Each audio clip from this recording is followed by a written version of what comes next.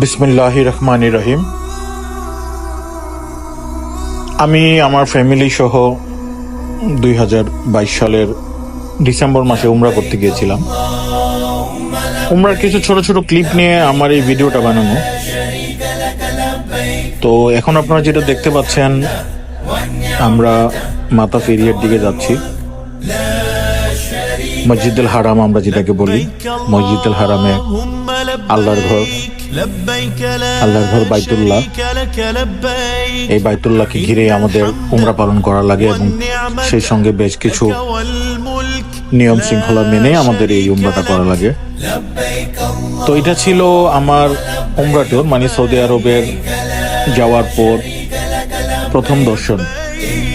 আমরা বাইতুল্লাহর দিকে এগিয়ে যাচ্ছি, যেটাকে আমরা মাতাফ এরিয়া বলি। আপনারা দেখতে পাচ্ছেন অনেক মানুষ এখানে, এবং এটা অনেক সকাল বেলার সময় হওয়ার কারণে এখানে ভিড়টা একটু কম। এই যে আমরা আমাদের মূল জায়গায় পৌঁছে গেছি, এখান থেকে আমাদের উমরা স্টার্ট করা লাগে। সো উমরা করাতে আপনারা জানেন এখানে 7 বার প্রদক্ষিণ করা লাগে। আপনারা দেখতে পাচ্ছেন এখানে মাকাম ইব্রাহিমকে দেখা যাচ্ছে। এই স্টিলের ঘরটির ভিতরে ইব্রাহিম আলাইহিস সালামের পাদুকা রাখা আছে। এই পর্যায়ে আমাদের উমরা প্রায় শেষের দিকে। উমরা শেষ করে আমরা নফল নামাজ পড়ে আমরা সাফা মারোয়ার দিকে যাবো একটু পরে। ভিতর থেকে বাইরের সবকিছু দেখা যাচ্ছে। তো উমরা শেষ করার পরে আমরা মক্কার বিভিন্ন গুরুত্বপূর্ণ জায়গা আমাদের ঘুরতে নিয়ে গিয়ে হয়েছিল।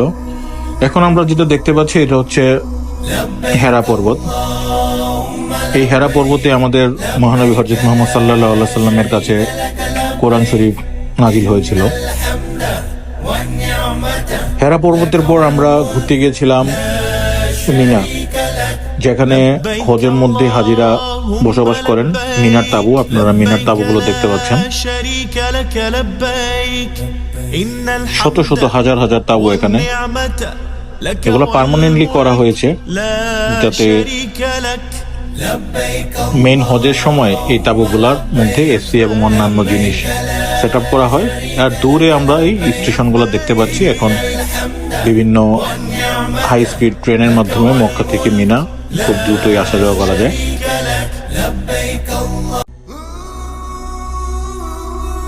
এর দুই পাশে সবগুলো তাবু। মিনা শেষ করার পরে আমরা আরেকটা জায়গায় গিয়েছিলাম। আমরা এখন যে পর্বতটা দেখতে পাচ্ছি এটা আমরা হেরা পর্বতের, আমরা উপরে উঠি নাই, বাট আমরা নিচ থেকে আমরা এটা দেখতে পাচ্ছি। এটা হচ্ছে সেই হেরা পর্বত। হেরা পর্বত ঘুরে আমরা প্রত্যেক দিনের মতো বিভিন্ন ওয়াক্তের 5 ওয়াক্তের নামাজ আমরা চেষ্টা করেছি হারাম শরীফে পড়ার জন্য। তো এটা নামাজের সময় আমরা হারাম শরীফের ভিতর, এটা হচ্ছে দোতলায় আমরা হারাম শরীফে বিভিন্ন ধরনের বিভিন্ন নামাজ আদায় করেছি। এখানে খুব সুন্দর মসজিদের ভিতরকার কারুকার্য, আলহামদুলিল্লাহ। এবং আমরা গিয়েছিলাম ডিসেম্বর মাস অনুযায়ী আমরা বেশ ভালো ওয়েদার পেয়েছি এখানে। মক্কাতে আমরা অলওয়েজ টেম্পারেচার পেয়েছি 18, 19, 20 এরকম। রাতের বেলা আরো ঠান্ডা লাগতো। তো ডিসেম্বর এবং জানুয়ারি এই 2 মাস উমরা বেশ আরামদায়ক। তখন সৌদি আরবকে আমরা যেরকম অনেক গরম এবং অনেক উত্তপ্ত ভাবে এরকম থাকে না। তো বেশ ভালোই লাগে তখন। এটা হচ্ছে দ্বিতীয়বার আপনারা দেখতে পাচ্ছেন, যেটা সাফা মারোয়া আমরা যেটাকে বলি। এই সাফা মারোয়ার একটা ছোট্ট ক্লিপ। আমাদের হাজী সাহেবরা এখানে 7 বার প্রদক্ষিণ করে।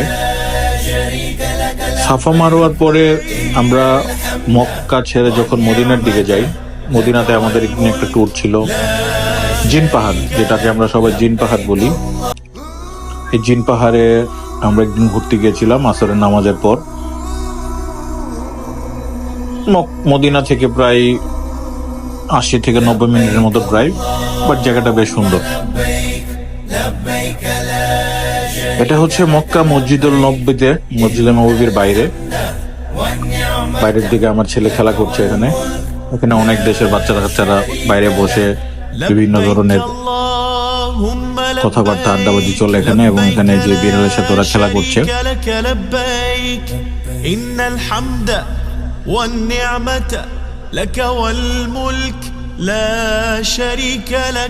ভিন্ন ভিন্ন দেশের অনেক দেশের মুসলিমরা এখানে আসে, আপনারা জানেন।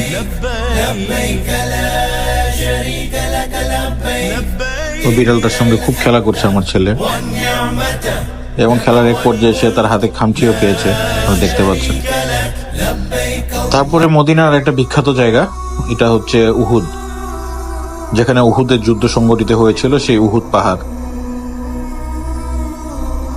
আমরা একদিন ঘুরতে গিয়েছিলাম। এখন আমরা যেটা দেখছি এটা হচ্ছে মদিনার সবচেয়ে গুরুত্বপূর্ণ যেটাকে আমরা রিয়াজুল জান্নাত বলি, আমাদের প্রিয় নবী হযরত মুহাম্মদ সাল্লাল্লাহু আলাইহি সাল্লামের রওজা মোবারক, যেখানে বিভিন্ন স্লট নিয়ে আমাদের ঢোকা লাগে। সেই মসজিদুল নববীর ভিতরে রিয়াজুল জান্নাত আমরা যেটাকে বলি, যেখানে সবাই 2 রাকাত 4 রাকাত নামাজ পড়তে চায়। এখান থেকে আমরা এখন বের হয়ে যাব। এই যে যাওয়ার পথে আমরা যে দেখছি মানুষজন সালাম দিয়ে যাচ্ছে, এখানে হযরত আবু বকর রাদিয়াল্লাহু আনহু, হযরত ওমর এবং আমাদের প্রিয় নবী হযরত মুহাম্মদ সাল্লাল্লাহু আলাইহি সাল্লামের রওজা মোবারক আল্লাহ তাআলা আমাদেরকে দেখার সৌভাগ্য দান করেছে। আমি আগে থেকে বলে রাখি, এখানে নুসুক অ্যাপের মাধ্যমে স্লট নিয়ে আসা লাগে। তো আপনারা যেই আসেন ওই নুসুক অ্যাপ দিয়ে আপনাদের কার্ড দিয়ে আপনাদের দিয়ে ওইখানে স্লট বুক করে তারপরেই আসবেন এখানে।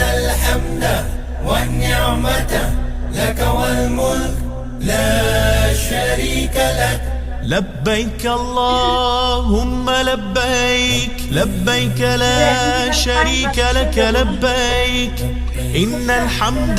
এখন আপনারা যে ভিউটা দেখতে পাচ্ছেন এটা হচ্ছে মদিনাতে আমার যে হোটেল থেকে ফুল মসজিদুল নববীর সুন্দর ভিউ দেখা যায়, বেশ ভালো। আমি এখানে 6 দিন ছিলাম। এই হোটেলটার সার্ভিস এবং সবকিছু বেশ ভালোই লেগেছে। আল্লাহ তাআলা যেন আমাকে আবার এই মক্কা মদিনা সফর করার সুযোগ দান করে।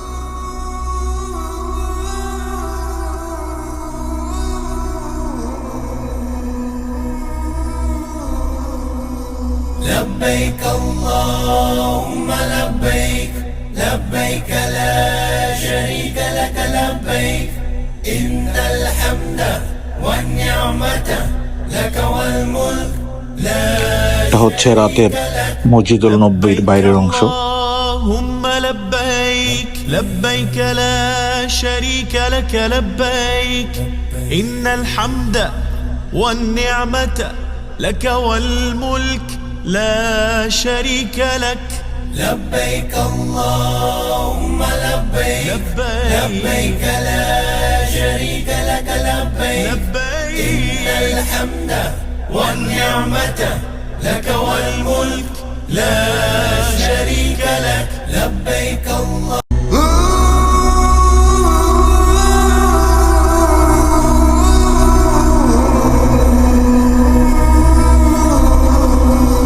لبيك اللهم لبيك لبيك لا شريك لك لبيك إن الحمد والنعمة لك والملك